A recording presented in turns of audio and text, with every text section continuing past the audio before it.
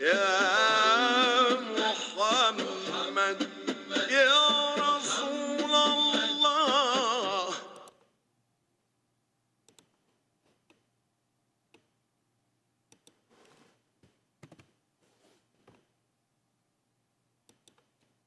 Okay, we'll start. بسم الله الرحمن الرحيم والصلاة والسلام على أشرف المرسلين. أما بعد, Asia beloved community, Assalamu alaikum wa rahmatullahi ta'ala wa barakatuh. Today we are doing the third ICI family trivia after Ramadan. Jazakumullahu khair for joining us. So we'll start, inshallah, in a few seconds. Badees is ready? Are you ready?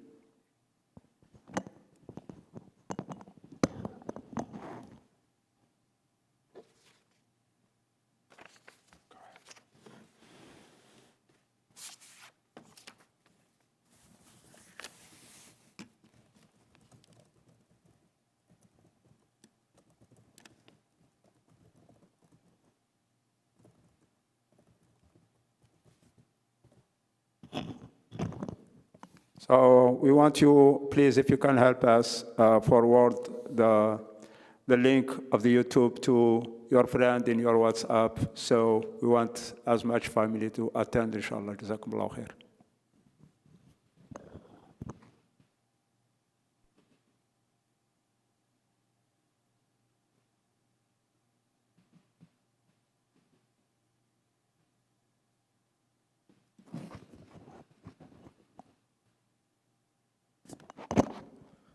Okay, so we're going to get started with the questions for today. The first question for today is,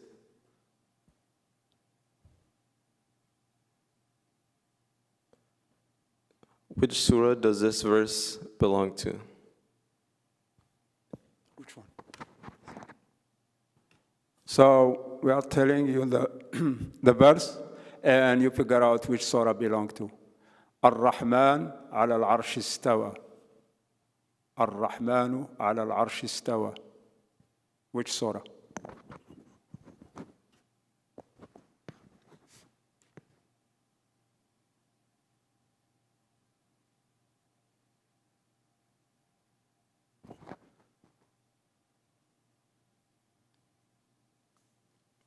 Zainab Zubair got it right first, Surah Taha.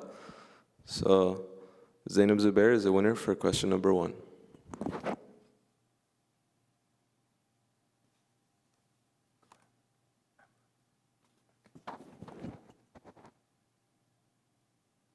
For the next question, we're going to tell you a quality or a characteristic, and we want you to tell us who is known for having this quality or this characteristic.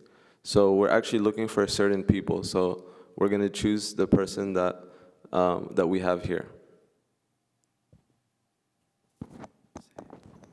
So the first quality is as-sabr. The second is al-adl. And the third is ash-shaja'a. These are 3 Arabic. Each one is connected to one. If I say in English, probably you will get it. So okay, the first one is as-sabr, patience. Second one is al-adl, justice. And the third one is ash-shaja'a, bravery. So give us the matching personality for this. Okay, so list the quality and the name for each of the 3 in your answer.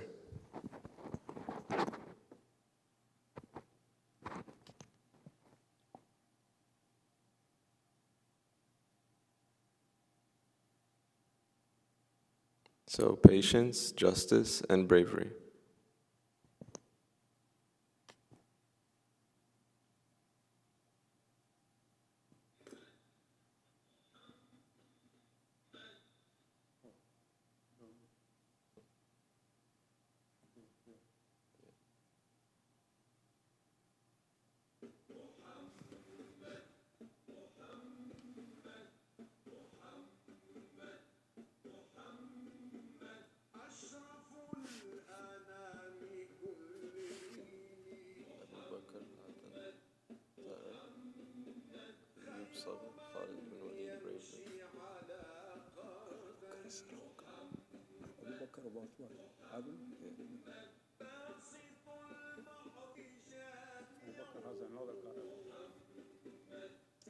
I already told you, look for history.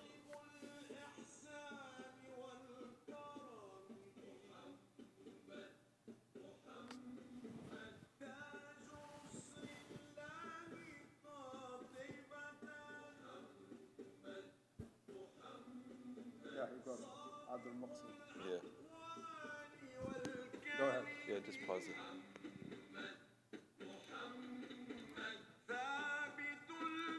No, no, no. The other one. This one? It's not this video, it's a different one. Uh-oh.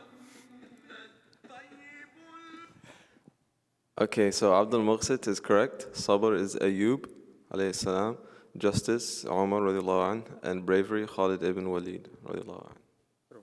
So Abdul Muqsit is a winner for this question.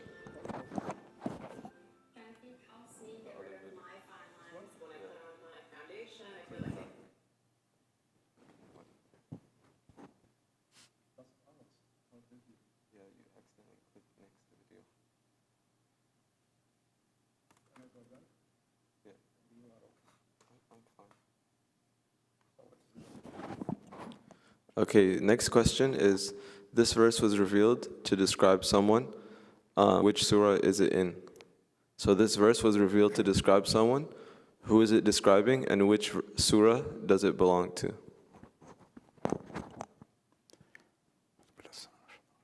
فليدع ناديه سندع الزبانية فليدع ناديه سندع الزبانية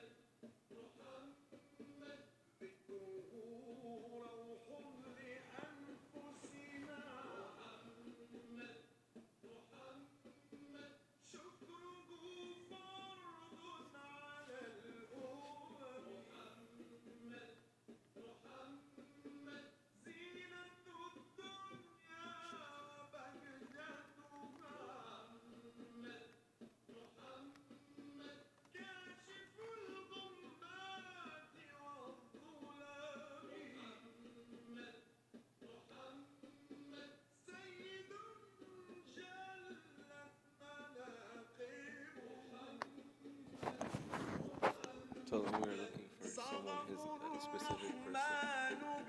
They should.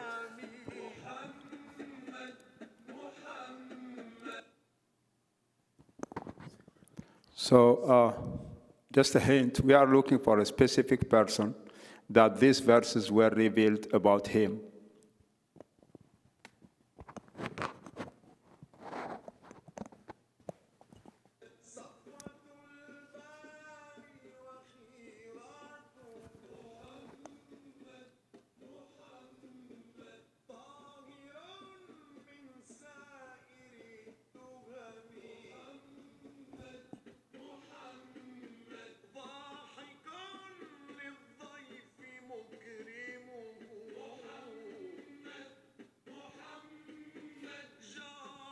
We have.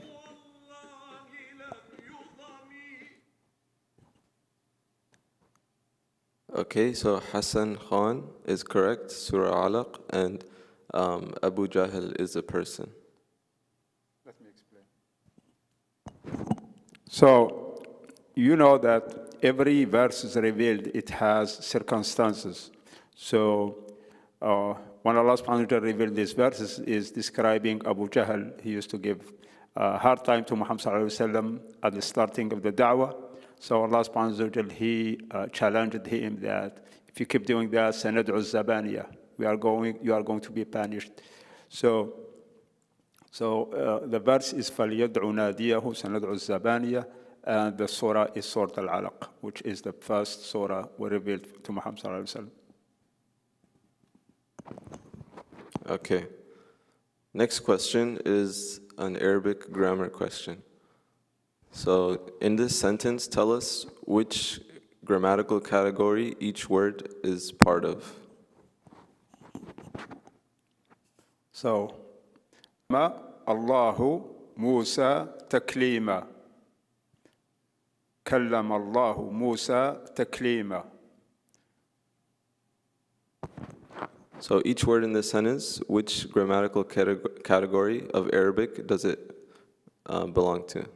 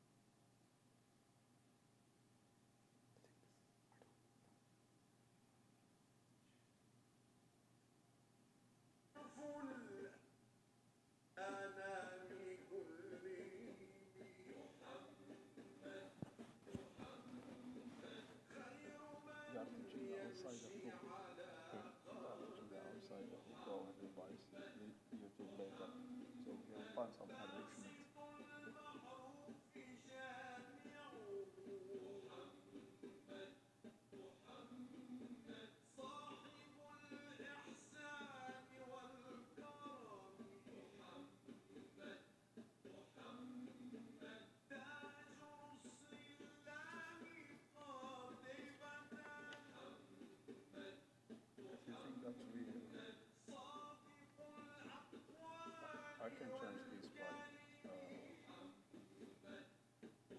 If you see that, you can give it to the next time. I can tell you, I have another short story. Okay, sure. That's better.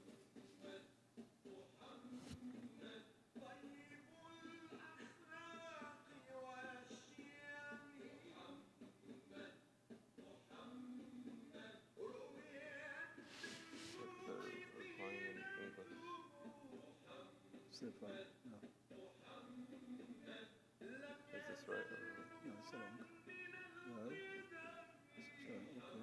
So, okay, that's fine. But the last is wrong. Last is the most difficult.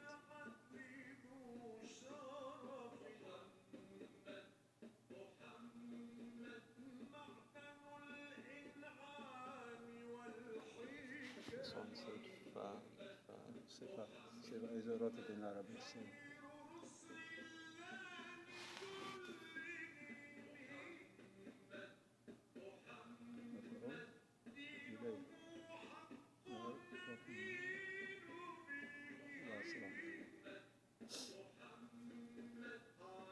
The people go to Islamic school, they should know about this one.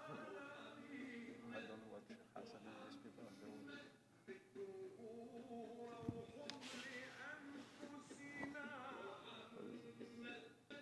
Yeah, I'm just throwing things. Okay, he said, can you repeat?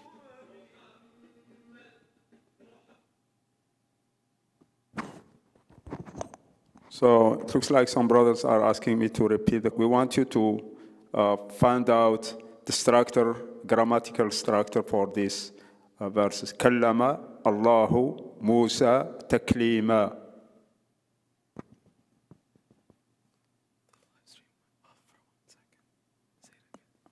So we want you to find the grammatical structure for this verse.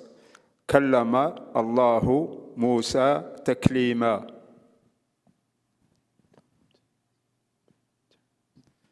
Yeah, you can use the Arabic terms Even if you write it in English letters, that's fine too.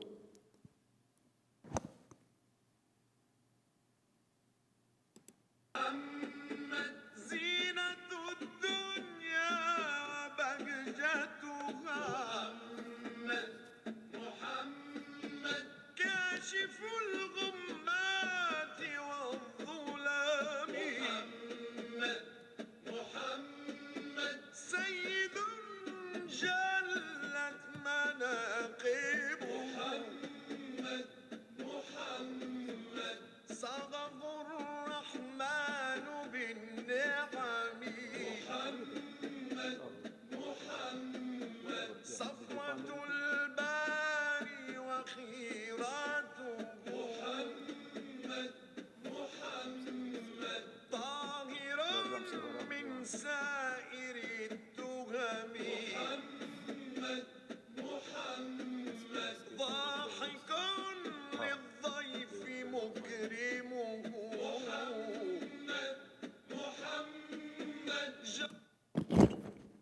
Okay, so it's looking like this is a tough question.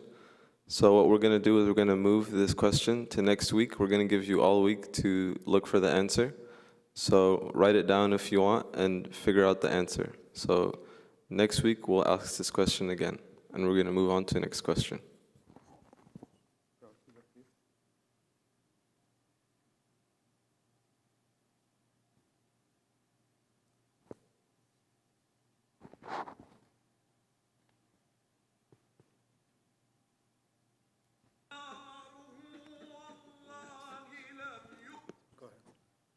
What is the name of the mountain that Muhammad sallallahu alaihi wasallam said regarding it, we love it and it loves us? So what is the name of the mountain that Muhammad sallallahu alaihi wasallam said about it, we love it and it loves us?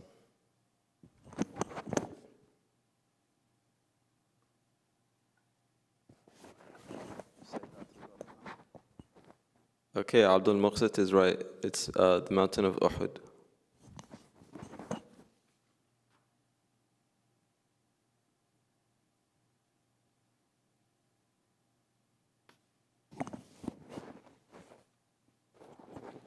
Okay, for the next question, I'm going to play a video, and I want you to tell us who is the speaker.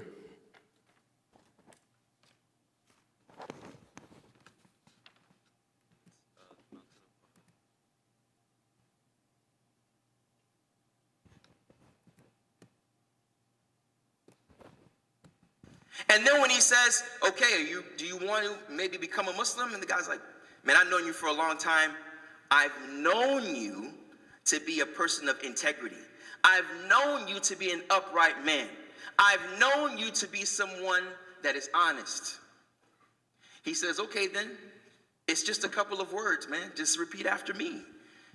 He starts to repeat after him, Ashhadu an la ilaha illallah. I bear witness that there's no one worthy of worship of Allah. We're halfway there. You know, you see his face, especially if you've had the opportunity to give someone shahada where they want to decide to become a Muslim. You see that they're about to finish that statement, which is the key to change their lives. Because it's a statement of what's in their heart. So when he gets to wa ashhadu anna Muhammadan, he says, whoa, slow down. Okay, Ubaid Hussein is correct. It's Sheikh Abdullah Oduro.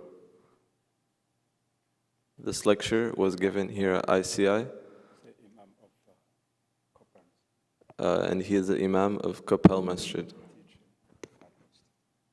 and also a teacher at Qalam Institute. Okay, so next question. Who said this quote?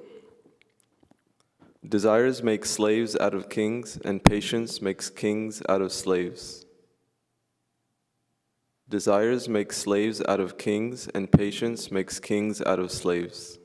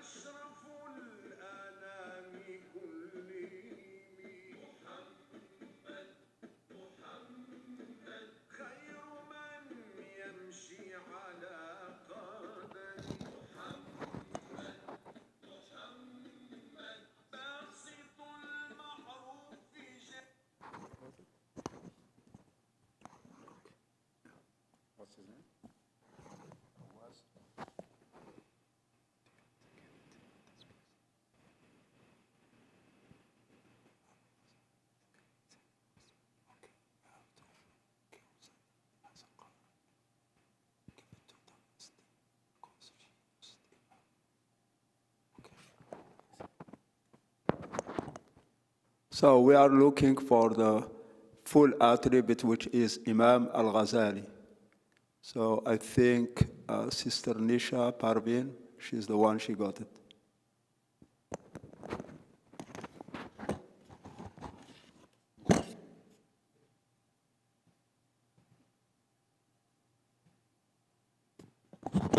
Okay, so this question will go to Nisha Parveen Banu Thamesdeen.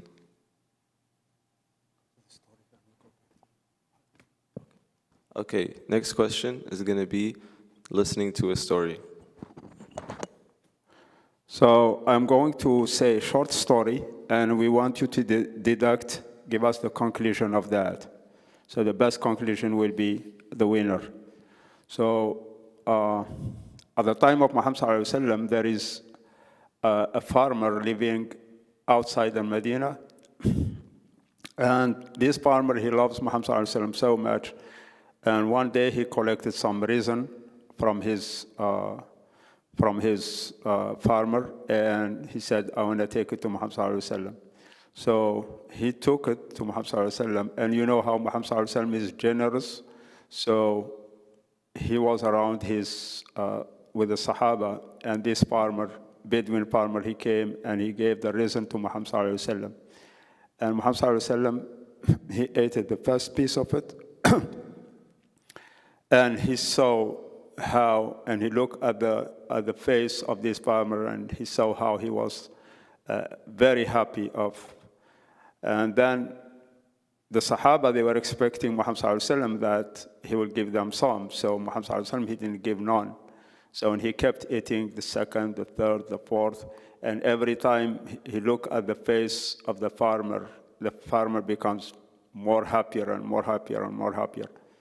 Then when the farmer left, the Sahaba, they were kind of in a strange mood. They asked Muhammad sallallahu alaihi wasallam, how come you didn't give us a piece of that? So what do you think? Why Muhammad sallallahu alaihi wasallam, he didn't give any piece to the Sahaba? So can you conclude some good conclusion out of that?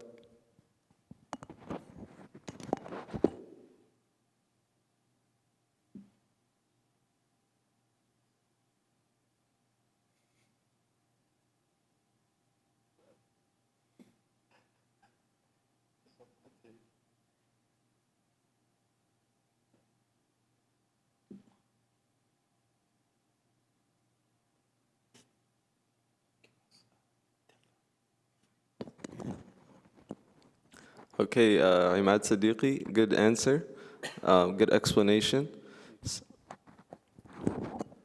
So I think Imad Siddiqui probably he knows the story before, that's why he jumped and he gave the right answer.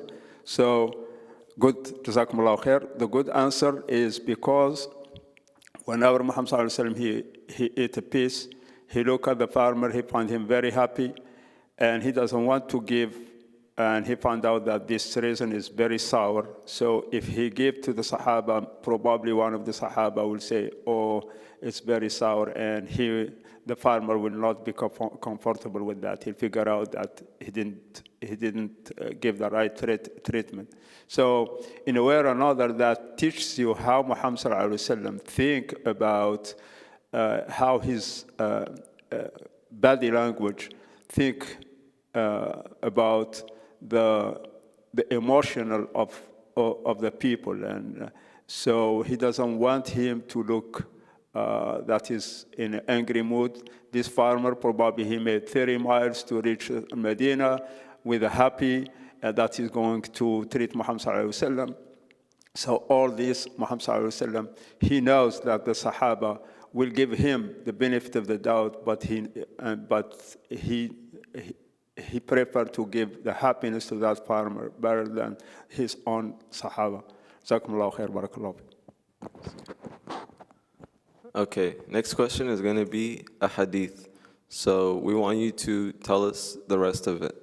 So the beginning is, take benefit of 5 before 5. Blank. Finish out the hadith for us. So it starts off, take benefit or take advantage of 5 before 5. What are the 5 before 5? Yeah.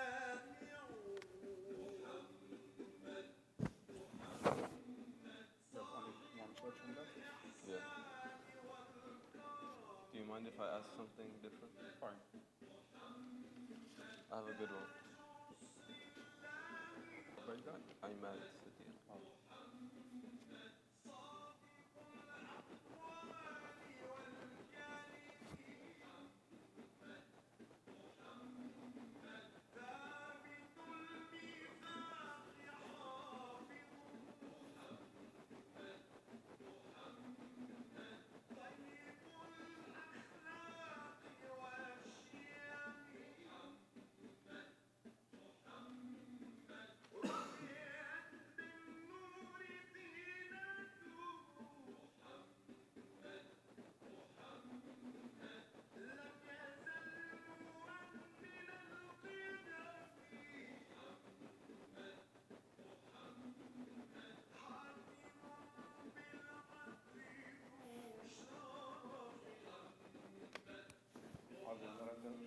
Yeah.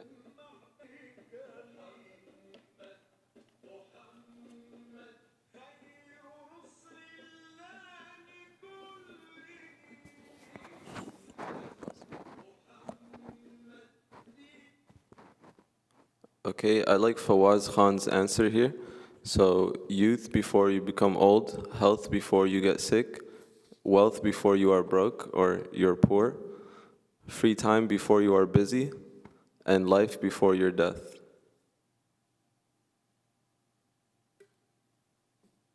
So, Fawaz Khan. I'm going to give it to Fawaz Khan.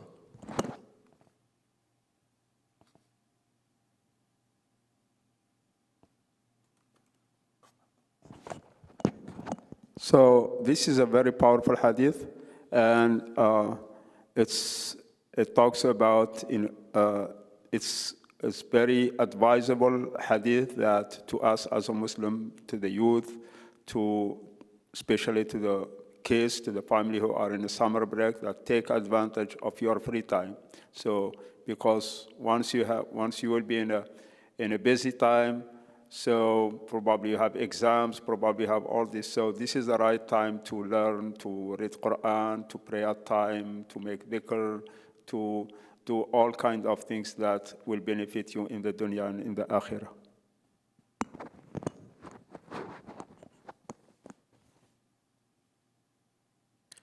Okay, final question for today.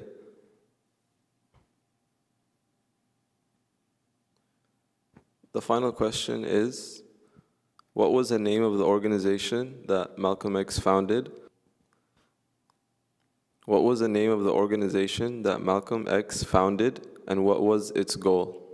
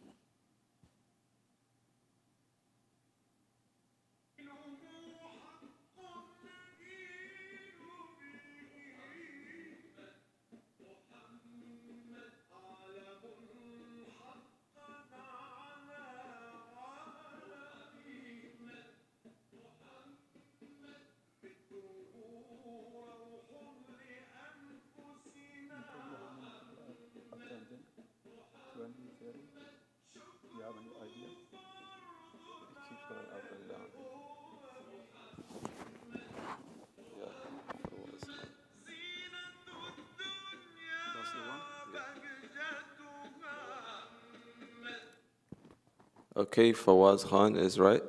The Organization of Afro-American Unity. And so not only to fight for African American rights in America, but to create a link, a connection with Africans abroad in Africa. Because when he went on a tour of Africa, all the leaders of African countries said, we want to help our brothers in America in any way we can.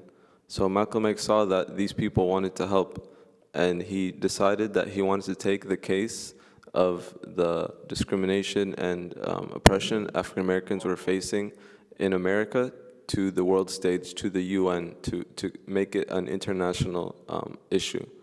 And so that was the work that he started to work on when he came back from Hajj. Okay, so that concludes our session today. Jazakallah khair for tuning in. We appreciate everyone who's participating, answering, or even just listening and trying to learn what they can. And please spread the word about this program to your family and friends. Send the link out before the program starts. We start every Saturday at 7. So prior to that, maybe you can send the link out to your family and friends, group chats, different circles, and get more people watching, inshallah. So thank you again. Jazakallah khair. Assalamu alaikum wa rahmatullahi wa barakatuh. Jazakumullahu khair, barakallahu fikum, and see you next week, inshallah. Jazakumullahu khair.